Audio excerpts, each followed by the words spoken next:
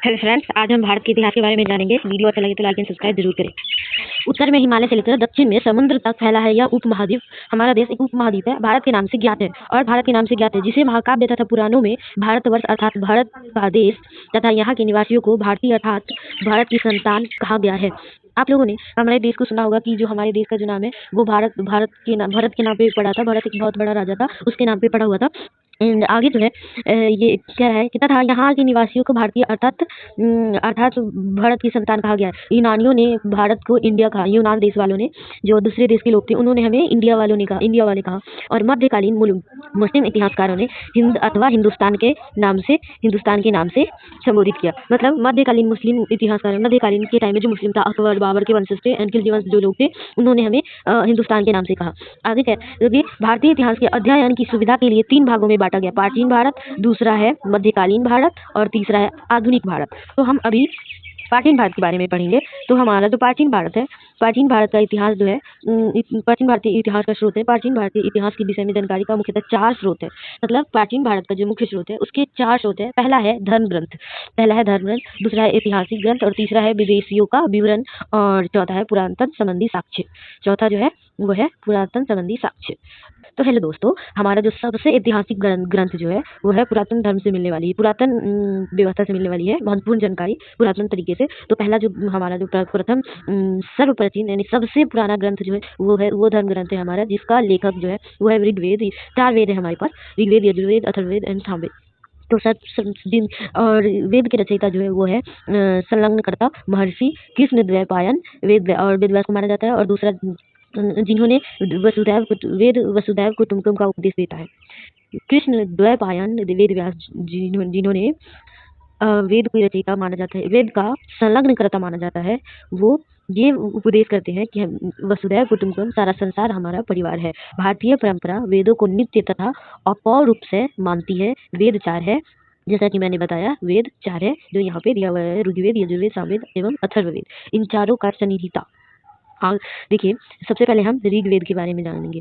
ऋग्वेद ऋचाओं के क्रमबद्ध ज्ञान के संग्रह को ऋग्वेद कहते हैं। ऋचाओं के क्रमबद्ध ज्ञान जो होता है, मतलब कि इसमें मंडल, आकाश, धरती, पाताल, इन सारी चीज़ों के बारे में जितनी भी चीज़ें बताई गई है वो सब ऋग्वेद में बताया गया है।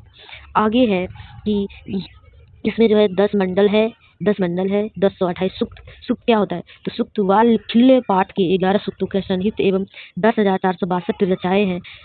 इस वेद के रचाओं को पढ़ने वाले ऋषि को हित्रु कहते हैं। और ऋग्वेद में जो ये सारे रचाएं और 10 मंडल है और इसमें जो 11 सूक्तों हैं, इन सारे सूक्तों को पढ़ने वाले ऋषि को हित्रु कहते हैं, हुत्रु कहते हैं। ये हमारा सबसे ज़्यादा हाईलाइटेड पॉइंट है, इसे याद रखिएगा कि जो हमारा 11 सूक्तों है, 11 सूक्तों को पढ़ने वाले ऋषि को हुत्रु कहते हैं। आगे है कि इस वेद से आर्य के राजनीतिक प्रणाली एवं इतिहास के बारे में जानकारी मिलती है। और ऋग्वेद से ही हमें आर्य की राजनीति, मतलब पुराने जमाने में जो हमारा आर्य समाज था उसमें जो राजनीति थी उसकी सारी प्रणाली एवं इतिहास के बारे में जानकारी मिलती है।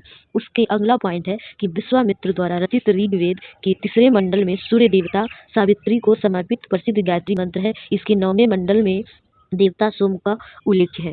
मतलब अगला पॉइंट है कि विश्वामित्र जी के द्वारा जो रचित ऋग्वेद है, उसमें 3रा मंडल में जो सूर्य देवता है, उसमें 3रे मंडल में सूर्य देवता है और वो सावित्री देवी जी का समर्पण करते हैं और जिसमें प्रसिद्ध गायत्री मंत्र भी है। और उसमें 9वां मंडल जो है, उसका 9वां मंडल जो है उससे सोम का उल्लेख, सोम देवता को, जिसे हम लोग सोम देवता, आप लोगों ने रामायण में पढ़ा, ऑलमोस्ट आप लोगों ने जब रामायण में बजरंगबली का जब उल्लेख होता है तो वहाँ पे सोम देवता होते हैं।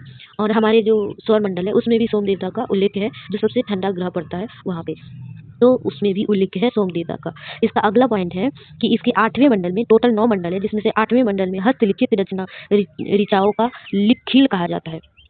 और जिसमें जो है 8वां मंडल जो है उसको हम उस हस्तलिखित ऋचाओं को खिल कहते हैं। अगला है कि चातुसर्ण्य समाज की कल्पना को का आदि स्रोत ऋग्वेद के 10वें मंडल में वर्णित पुरुष सूक्त है, जिसके अनुसार 4 वर्ण है। ब्राह्मण हम अपने समाज में, जैसे आप लोगों ने महाभारत देखा होगा, तो महाभारत में हमारे 4 वर्णों का वर्णन किया गया है। पहला जो है वह ब्राह्मण समाज, ब्राह्मण वर्ण, दूसरा है क्षत्रिय वर्ण, तीसरा है वैश्य वर्ण और सबसे लास्ट जो है वह है शूद्र वर्ण। और इनकी रचना जो है वो ये पुरुष सूक्त है और ये सब हमारा ऋग्वेद में ही 10वें मंडल में वर्णन किया गया है। और इन सब ने पुरुष ब्रह्मा की क्रमशः मुख भुजाएं हैं और जंघावर चरणों का उत्पन्न हुआ, और ये चारों वर्ण जो है वो भगवान ब्रह्मदेव के भुजा भुजा मतलब हाथ और उनकी जंघा से उत्पन्न हुआ है। इसमें हमारा सबसे मोस्ट इम्पॉर्टेंट पॉइंट क्या है, तो इसका जो मोस्ट इम्पॉर्टेंट पॉइंट है, इस पॉइंट का नोट, इसका जो इम्पोर्टेंट नोट्स इसमें होगा कि धर्म सूत्र 4 प्रमुख जातियों की स्थितियों, व्यवसायों एवं दायित्वों, कर्तव्य तथा विशेष अधिकारों में स्पष्ट विभेद करता है। मतलब कि ये धर्म सूत्र 4 प्रमुख जातियाँ जो है वह स्थितियों और व्यवसायों, मतलब कि हमारे स्थिति मतलब हम जैसे हैं उसके आधार पर, हमारा काम के आधार पे, और हमारे दायित्व मतलब हम जिस प्रकार का जिम्मेवारी और कर्तव्य वही होता है निभाते हैं, उसी का विभाजन करता है।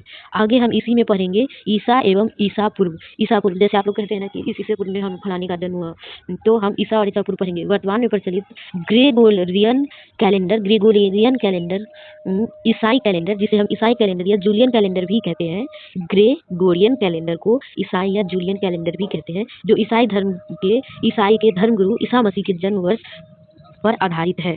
और ईसा मसीह के जन्म के पहले समय ईसा पूर्व BC before the birth of Jesus Christ कहा जाता है। ईसा पूर्व में पुरुषों की गिनती उल्टी दिशा में होती थी, यानी जैसे ईसा पूर्व में पुरुषों माने जन्म की माने गिनती जो होती थी वो उल्टी होती थी। जैसे अगर हम 1 से 5 तक गिनेंगे ना तो इसका उल्टा गिनेंगे। किसी का जन्म अगर हम अगर शुरू से गिनेंगे तो दूसरे में जन्म होगा, लेकिन वो लोग 498 में उनका ऐसा गिनेंगे। आपको ये बात समझ में आ गई होगी। जैसे महात्मा बुद्ध का जन्म 563 ईसा पूर्व में हुआ था एवं मृत्यु 483 ईसा पूर्व में हुआ था। फर्स्ट टाइम जब मैंने पढ़ा था तो मुझे भी ये बात नहीं समझ में आया था बच्चों, लेकिन अब मुझे समझ में आ गया है इस पढ़ने के बाद, और इससे पहले भी मैं पढ़ रखी हूँ। तो उनका जन्म 563 ईस्वी में हुआ था, यानी उल्टा चल रहा है ये। और हम ईसा पूर्व में ईसा और 483 में उनका मृत्यु हो गई थी, यानी ईसा मसीह के जन्म के 563 वर्ष पूर्व महात्मा बुद्ध का जन्म एवं 483 ईसा पूर्व में मृत्यु हो चुकी थी। मतलब ईसा मसीह के जन्म से 563 वर्ष पूर्व ही महात्मा बुद्ध का जन्म हो चुका था, और 483 में वो मर चुके थे। तो ईसा मसीह का जन्म तिथि आरंभ हुआ सन ईसवी सन कहलाता है, और जब ईसा मसीह का जन्म हुआ तो उसी सन से सन ईसा ईसवी कहलाने लगा। इसके लिए संक्षिप्त में ईसा लिखा जाता है, क्योंकि ये ईसा पूर्व ईसा जो है ईसा मसीह के नाम पर ही पड़ा है, इसीलिए इसे ईसा मसीह कहते हैं। लिखा जाता है ई को लैटिन भाषा के शब्द को एडी में लिखा जाता है, और एडी यानी होता है एनो डोमिनी, जिसका शाब्दिक अर्थ होता है in the year of Lord. मतलब इसका मतलब ये हो गया कि गॉड का जन्म। एनोमी एडी का फुल फॉर्म ये हो गया एनो डोमिनी, जिसका हिंदी में अर्थ होता है कि भगवान के जन्म का ईयर। समझ में आ गया आप लोगों को? समझ में आया तो कमेंट जरूर करें।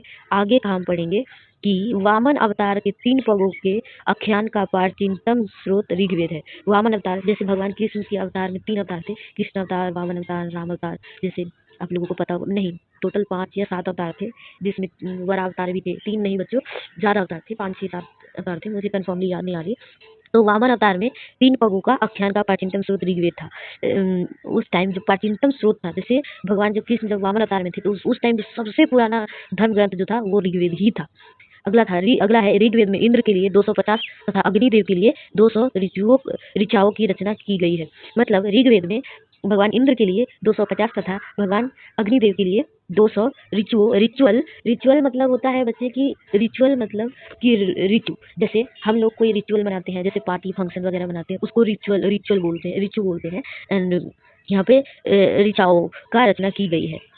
यहाँ पे सबसे नोट हम वो उस चीज़ को लिखते हैं जो सबसे इंपॉर्टेंट बात होती है। तो यहाँ पे सबसे इंपॉर्टेंट है कि प्राचीन इतिहास के साधनों के रूप में वैदिक साहित्य में ऋग्वेद के बाद शतपथ ब्राह्मण के स्थान है। आगे हम यजुर्वेद के बारे में अब पढ़ेंगे। यजुर्वेद सस्वर पाठ के लिए मंत्रों तथा बलि के समय अनुपाल के लिए नियमों का संकलन यजुर्वेद कहलाता है। वामन अवतार में ही वो आए थे, महाराज बलि आए थे, और उसी टाइम हमारा जो है ऋग्वेद का भी अवतार था, वामन अवतार का। लेकिन जब हमारा यहाँ पे बच्चे कहना है कि संकलन यजुर्वेद कहलाता है। मतलब जब महाराज बलि जो थे वो भगवान वामन अवतार कृष्ण को उन्होंने अपना सारा राजपाट 3 पग में ही दे दिया था, तो जो अपना संकल्प पूरा किया था वो यजुर्वेद में आता है। अगला पॉइंट है यजुर्वेद में यज्ञों के नियम एवं विधि विधानों का संकलन मिलता है, और वो तीन पग उन्होंने महाराजा बलि ने 3 पग धरती देने का वचन दिया था भगवान वामन अवतार कृष्ण जी को।